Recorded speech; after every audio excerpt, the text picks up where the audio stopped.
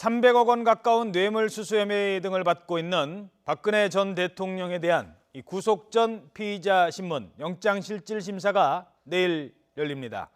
법원은 박 전 대통령이 신문이 끝나고 대기를 할 수 있는 장소를 현재 고심하고 있다고 하는데요. 취재기자 연결해서 자세한 소식 짚어보겠습니다. 최두희 기자.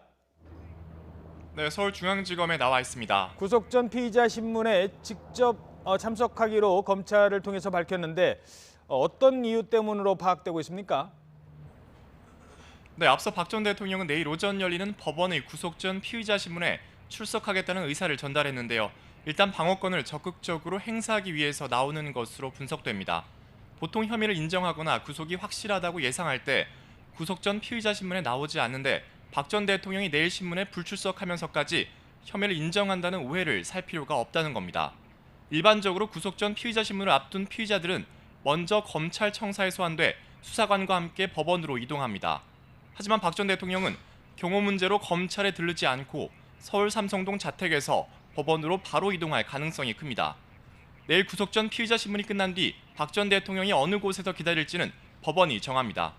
이와 관련해 법원과 청와대 경호실은 박 전 대통령의 이동 경로 등을 협의하고 있는데요. 아직 대기 장소는 정해지지 않았습니다.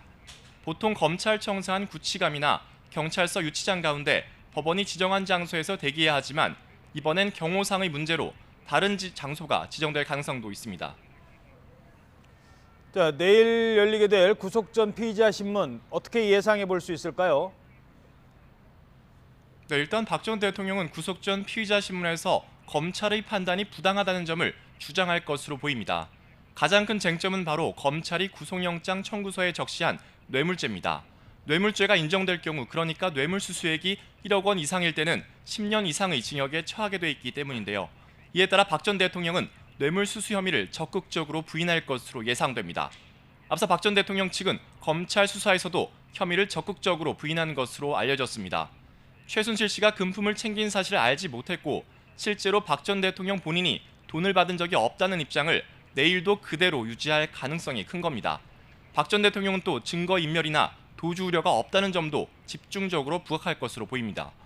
내일 열리는 구속 전 피의자 신문에선 박 전 대통령의 혐의가 13가지인데다 사안이 방대한 만큼 시간이 상당히 오래 걸릴 전망입니다. 따라서 결과는 모레 새벽쯤 나올 것이란 관측이 나오고 있습니다. 만약 구속 영장이 발부되면 박 전 대통령은 서울구치소로 압송되고 기각되면 일단 집으로 돌아간 뒤 불구속 상태에서 재판을 받게 됩니다. 지금까지 서울중앙지검에서 YTN 최두입니다.